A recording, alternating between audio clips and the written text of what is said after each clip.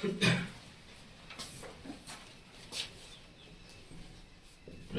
का परावर्तन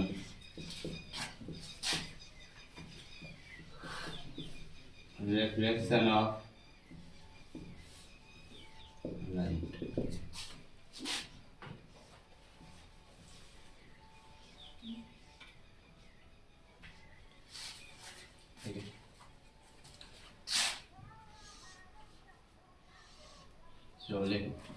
प्रकाश का परिवर्तन क्या होता है? वो तो प्रकाश के गुण में लिखवाए थे कि जब प्रकाश किरण किसी चिकने तल पे क्या होता है, टकराता है या फिर पड़ता है तो वहां से वो परावर्तित हो जाता है। क्या होता है? परावर्तित का मतलब क्या होता है? परावर्तित का मतलब होता है बाबू देखो, परावर्तन लिखा है, परावर्तन का मतलब होता है जिस माध्यम से प्रकाश किरण आएगी उसी माध्यम में जाएगी, उसी माध्यम में माध्यम में कोई परिवर्तन नहीं होगा। माध्यम में कोई परिवर्तन, यदि हवा से प्रकाश किरण आ रही है तो हवा में ही टकरा कर जाएगी, पानी से आ रही है तो पानी में टकरा कर, माध्यम चेंज नहीं होना है, माध्यम को चेंज नहीं करना है। लेकिन अपवर्तन में माध्यम चेंज होता है, माध्यम आ रही है हवा में तो जाएगी जल में, पानी में आ रहा है पानी से तो जाएंगे कांच में। वो तो आपको फिगर बनाने का क्वेश्चन पूछने के तरीका के अनुसार होगा, जैसा क्वेश्चन पूछेगा वैसा। अब किस में ले जाना है? अब यहाँ पे चार्ज किस में कितना होता है तो बताया गया है ना, वायु में कितना होता है 10 × 10 8 मीटर प्रति सेकंड होता है। और उसके बाद वायु के बाद क्या था? पानी था कि कांच था? कांच था। कांच में कितना 2 × 10 हाँ। उसके बाद पानी कितना 2.25। उसके बाद हीरे में 2.4। सबसे कम किस में होता है प्रकाश की चाल? सबसे ज्यादा वायु में होता है। तारपीन के तेल में प्रकाश की चाल कितना होता है? 2.04। ठीक है, तब सही। चलो देखो, इसकी पहले परिभाषा लिख लो या फिर एक बात बताता हूँ तो परिभाषा छोड़ो। यहाँ पर एक परावर्तक समतल पृष्ठ लेना है, इसकी परिभाषा लिखने के लिए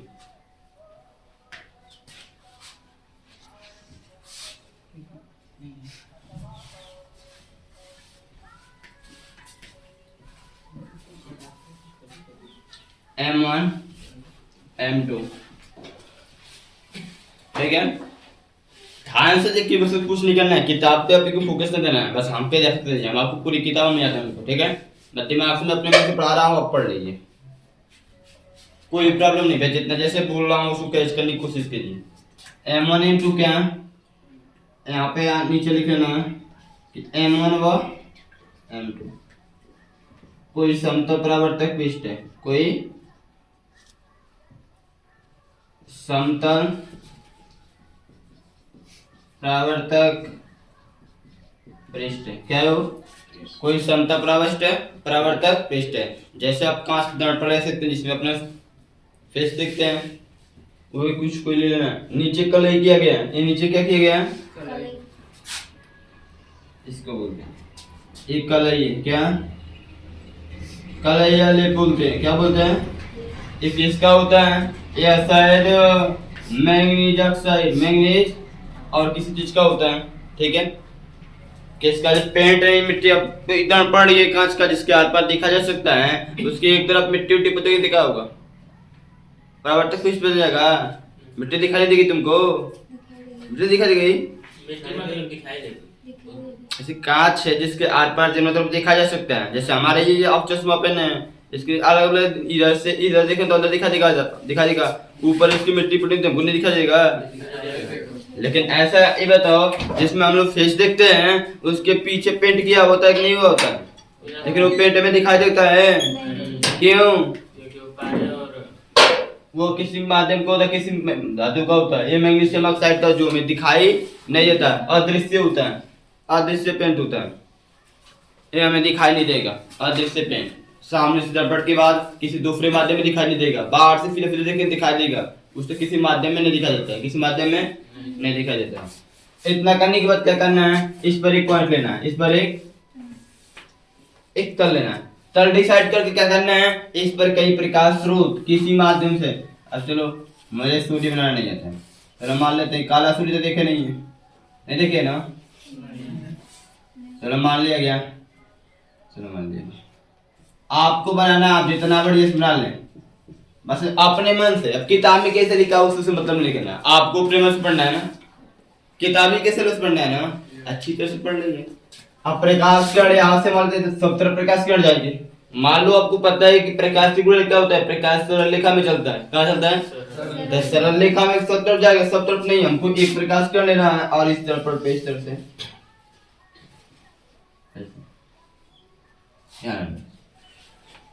जो प्रकाश किरण आएगी, जो प्रकाश किरण उसको बोलते हैं आपतित किरण। क्या बोलते हैं बाबू, उसका नाम क्या होता है, आपतित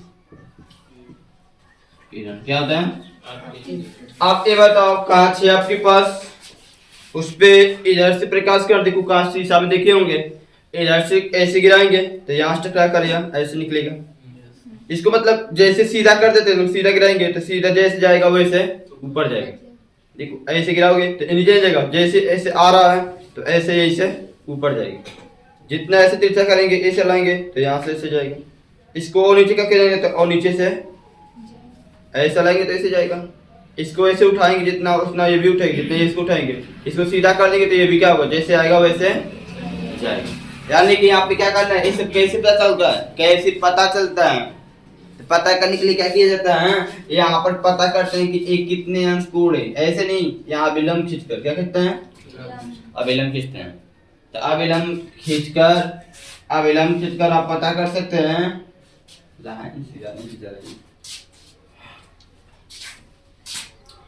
ये भी थोड़ा तिरछा है,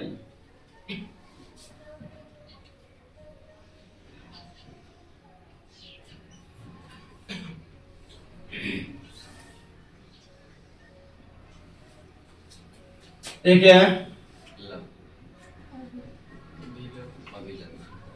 अभिलंब। क्या है,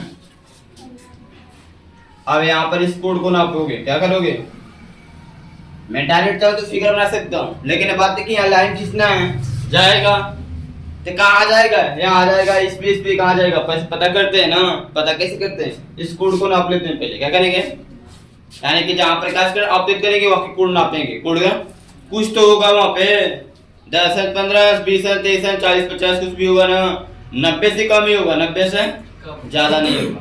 अब वहाँ पर जितने अंश का यहाँ होगा उतने अंश का यहाँ पर एक लिखते हैं, या जितने अंश का होगा उतने अंश का यहाँ पर क्या करेंगे, और इसको हम लोग बोलते हैं क्या चीज, परावर्तित किरण। क्या बोलते हैं, इस जो आएगा उसको आपतित किरण, जो जाएगा उसको, और यहाँ पर भी एक कोण बनेगा। देखो जो आता है, जो आएगी आपतित किरण बोलते हैं। आपतित किरण और अभिलंब के बीच जो कोण बनता है उसको आई से दिखाते हैं, किससे, और परावर्तित किरण और अभिलंब के बीच जो कोण बनता है उसको आर से। नाम की बात है तो आई का मतलब होता है आपतन कोण। क्या होता है, देखो आपतित किरण है तो आपतन कोण, परावर्तित किरण है तो परावर्तन ना, मैं सेट कर सकते हैं। आपतित किरण है तो आपतन कोण, परावर्तित किरण लिखा हुआ है परावर्तन कोण। क्या लिखेंगे, परावर्तन कोण। ये ऐसे बोलेंगे आपतन कोण, और इसे क्या बोलेंगे वो, परावर्तन। ठीक है, अब परावर्तन का नियम सिंपल सिखाएगा कि हमने अभी क्या बताया कि जितने अंश यहाँ बनेगा उतना अंश यहाँ पर भी, यानी कि परावर्तन की घटना में सिंपल एक पॉइंट आपको याद रखना है कि परावर्तन में क्या होता है कि जो आपतन कोण आई होगा, क्या लिखते हैं, कोण आई, क्या इसको बोलेंगे, एक कोण का निशान है, किसका निशान है, कोण का निशान है। एक कोण आई हो गया बराबर होता है कोण, ये परावर्तन का नियम होता है। हमेशा क्या होता है, आपतन कोण परावर्तन कोण से क्या होता है, बराबर होता है। तो फिगर आपका बन चुका है, ये आपका फिगर है परावर्तन के नियम का। परिभाषा लिखना है तो कैसे लिखेंगे, देखिए ये वायु था, वायु से आया वायु में गया, यानी लिखते हैं कि जब प्रकाश किरण किसी एक माध्यम से, किसी एक माध्यम से, किसी माध्यम से किसी परावर्तक पृष्ठ पर क्या होती है बाबू? आपतित होती है। किसी परावर्तक पृष्ठ पे क्या होती है बाबू? आपतित होती है या आती हुई प्रतीत होती है, या आती हुई प्रतीत, ठीक है, प्रतीत होती है। तो प्रकाश किरण उस परावर्तक पृष्ठ से परावर्तित होकर पुनः उसी माध्यम में, प्रकाश किरण क्या होता है? परावर्तक पृष्ठ से परावर्तित होकर पुनः उसी माध्यम में आधा से अधिक भाग उसका क्या होता है? वापस लौट जाता है। मतलब जितना तेज प्रकाश यहाँ से आएगा उतना इधर नहीं जाएगा, कम जाएगा। क्या होगा? मतलब टार्च जो होगा शीशा पे मारेंगे तो जितना देर टार्च से प्रकाश निकल कर यहाँ कांच पे आएगा, क्या वहां टकराने के बाद उतना ही तेज जाएगा? लाइट उतनी कम होती है। क्या होती है? कम होती। तो वही बात यहाँ बताया जाएगा कि जब प्रकाश किरण किसी एक माध्यम से किसी समतल परावर्तक पृष्ठ पर आपतित होती है तो प्रकाश किरण का आधा से अधिकांश भाग, प्रकाश किरण का आधा से अधिकांश भाग पुनः उसी माध्यम में क्या होता है? वापस लौट जाता है। तो प्रकाश किरण की इस घटना को प्रकाश का क्या कहते हैं? परावर्तन कहते हैं। प्रकाश किरण की इस घटना को क्या कहते हैं? प्रकाश का परावर्तन कहते हैं। परिभाषा लिखना है, आओ लिखते हैं, देख लो, लिख लेता हूँ। देखो लिख लो आप लोग भी, हेडिंग डालिए, परिभाषा लिख रहा हूँ, लिख लीजिए, उसके बाद फिगर बनाइएगा। उसके बाद मैं लिख रहा हूँ, आप लोग लिखिए। जब प्रकाश किरण किसी माध्यम से किसी समतल परावर्तक पृष्ठ पर आपतित होती है तो प्रकाश किरण का आधा से अधिकांश भाग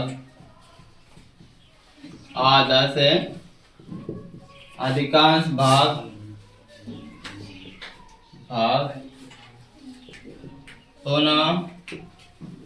बाबू ये कैसे लिखना है? देख लो, सीधे से लाइन लिखना है, ठीक ना? है बाबू? यस। देखो भाग पुनः उसी माध्यम से लिख रहा हूँ, जो खाली स्थान इससे जो लिखा है परिभाषा, देखना ब्लू करते उसी माध्यम में वापस लौट जाती है तो प्रकाश किरण की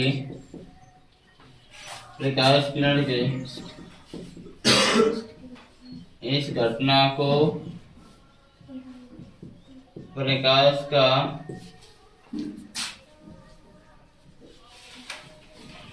परावर्तन कहते हैं। प्रकाश का परावर्तन कहते हैं, ठीक है।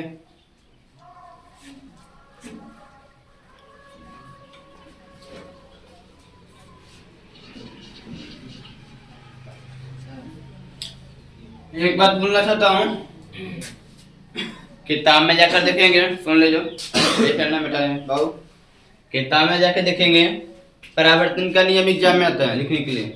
परावर्तन का नियम लिखिए, परावर्तन का, तो परावर्तन का नियम आपकी किताब में केवल 2 ही दिया, तो 2 ही दिया नहीं है, दिया है आपका 2 ही, लेकिन दोनों बड़ा एक में मिक्स करके दिया।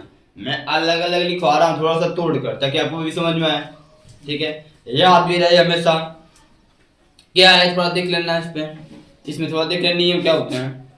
यहाँ पर हमने फिगर देखो ध्यान से क्या क्या है, जो आपतित किरण है और अपरावर्तित किरण है, और इन दोनों पर अविलंब खींचा गया, दोनों पर खींचा गया, नहीं खींचा।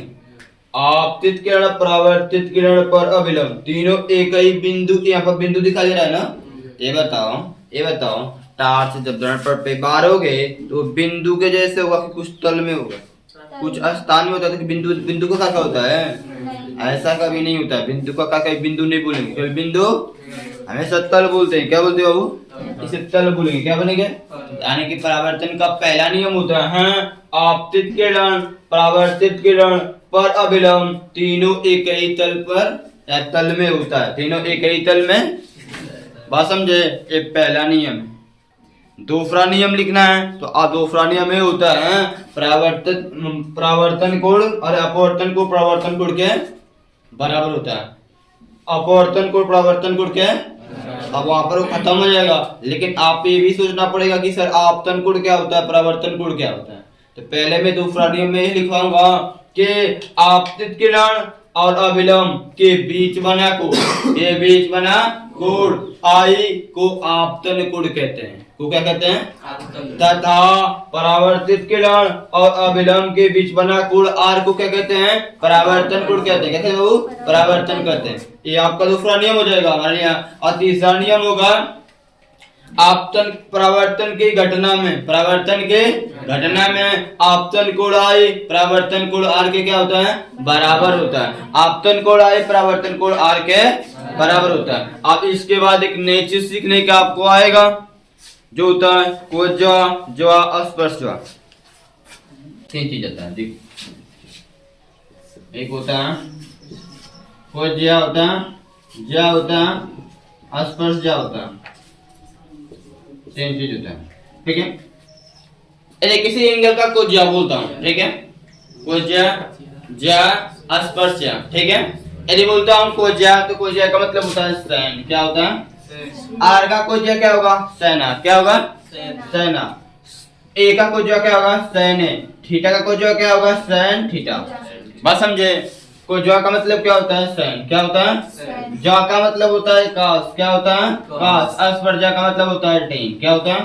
ये आपको याद रखना है, ठीक है, कहीं नोट में लिख लेना है। कोज्या का मतलब क्या होता है? सैन होता है। कोज्या का मतलब सैन होता है। ज्या का मतलब कास होता है। स्पर्श ज्या का मतलब टेन होता है। अब किसका लिखना है? जिस कोड का लिखना है उसी का लिख देना है। यदि ए का स्पर्श ज्या लिखना है तो टेन है, थीटा का लिखना है तो टेन थीटा। जिसका लिखना होगा उसका लिख देंगे, जिसका लिखना होगा इसका। आपके लिए केवल यही इसमें आएगा कोज्या आता है, ठीक ना, कोज्या। तो यहाँ पर हम कोज्या बस एक बता दें काम खत्म। ये बस बोलेंगे सर ये होता क्या? तो बहुत एंगल नाम पे आता है। कोज्या बोलते हैं तो सैन लिखते हैं, ज्या लिखते हैं, कास लिखते हैं, स्पर्श ज्या बोलते हैं तो टेन लिखते हैं। क्या लिखते हैं? टेन लिखते हैं। ठीक है, तो यहाँ से नया लिख रहा हूँ, लिख लीजिए। ठीक है, यहाँ पे देखिए परावर्तन का नियम, उसको कहीं नोट में मिटा दूंगा। परावर्तन का नियम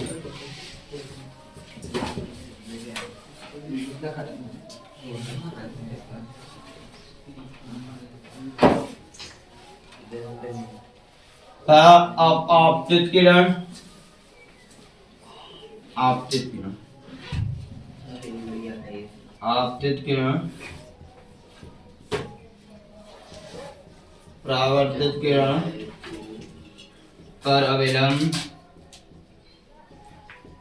पर अभिलंब तीनों एक ही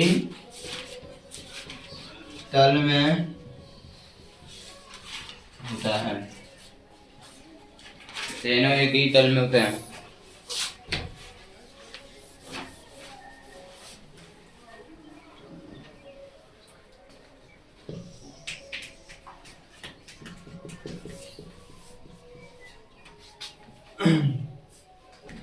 आपतित किरण तथा अभिलंब, आपतित किरण तथा अभिलंब के बीच बना कोण, कोण आई को आपतन कोण कहते हैं तथा परावर्तित किरण व अभिलंब के बीच बना कोण आर को परावर्तन कोण कहते हैं।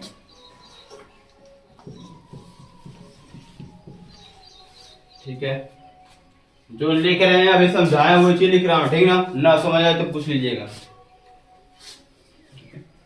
तीसरा में क्या होता है? परावर्तन की घटना में आपतन कोण आई परावर्तन कोण क्या बराबर होता है। परावर्तन की घटना में आपतन कोण आई, आपतन कोण आई, परावर्तन कोण आर के बराबर होता है, अर्थात कोण आई बराबर कोण आर। Point number 4।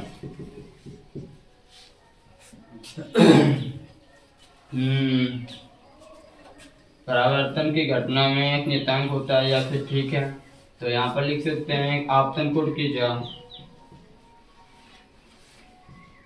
आपतन कोण की कोज्या, जा कोज्या ये क्या बोलते हैं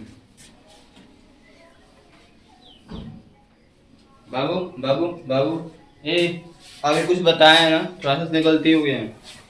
ऐसे होता है, जा पहले आता है, उसके बाद कुछ जाता है, क्या था, उसके बाद स्पर्श जाता है, क्या था, कोई इस जा का मतलब सन होता है, को जा का मतलब काश होता है, कु काश, और स्पर्श जा का मतलब थोड़ा सा चेंजिंग उल्टा हो गया, इसके ऊपर सुनची कर, जा का मतलब सन होता है, चेंज करो, को जा का मतलब काश, ठीक है। आपतन कोण की जा, सर जी अब बताओ आपतन कोण के जा का मतलब क्या है, आपतन कोण के जा का मतलब क्या है, आपतन को किससे दिखाते हैं, आई से, और जा का मतलब सहन, जा का मतलब, इसका मतलब कोष्टक में लिखेंगे सहन आई, क्या लिखेंगे, आपतन कोण के जा का मतलब क्या होगा, सहन आई, क्या होगा, सहन आई, तथा परावर्तन कोण के जा, परावर्तन कोण के, परावर्तन कोण कैसे दिखाते हैं, परावर्तन कोण को आर से, किससे, जा का मतलब क्या होता है, सहन, सहनार हो जाएगा, क्या हो जाएगा, सहना का अनुपात, का अनुपात एक नियतांक होता है, एक नियतांक होता है, ठीक है। अर्थात इसके कहने का मतलब है, अर्थात इसके कहने का मतलब है कि जो सन आई में यदि सन आर से अनुपात का मतलब भाग देना, अनुपात का मतलब सन आई में सन आर से भाग देंगे तो क्या आएगा, नियतांक आएगा, क्या आएगा, ठीक है, कांस्टेंट, क्या आता है, कांस्टेंट आता है, नियतांक आता है, ये आपका है, ठीक है, कांस्टेंट आएगा, नियतांक आएगा, ठीक है। यहाँ से परावर्तन का नियम कंप्लीट हो गया, ठीक ना बाबू, यहाँ से कंप्लीट हो गया, इसको उतार लो।